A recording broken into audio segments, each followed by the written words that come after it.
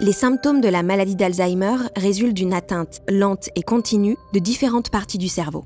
Cette atteinte, qui affecte les cellules nerveuses, est le résultat de deux processus distincts qui se produisent dans le cerveau des personnes atteintes de la maladie d'Alzheimer.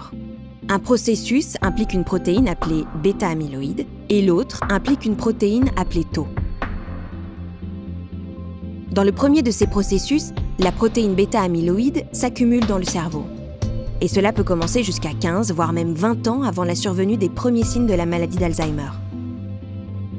Tous les cerveaux produisent la protéine bêta-amyloïde, mais chez les personnes en bonne santé, elle est éliminée par l'organisme avant qu'elle ne puisse devenir nuisible.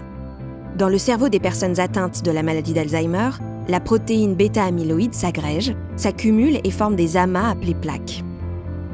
Avec le temps, ces plaques se forment dans les régions du cerveau dites associatives, qui sont impliquées dans les fonctions supérieures d'apprentissage, de mémoire, de langage ou de reconnaissance notamment. Le second processus qui implique la protéine tau commence également de nombreuses années avant les premiers signes de la maladie. La protéine tau assure normalement la stabilité des neurones. Mais chez les patients atteints de la maladie d'Alzheimer, la protéine tau est altérée et forme des enchevêtrements qui les rendent non fonctionnels.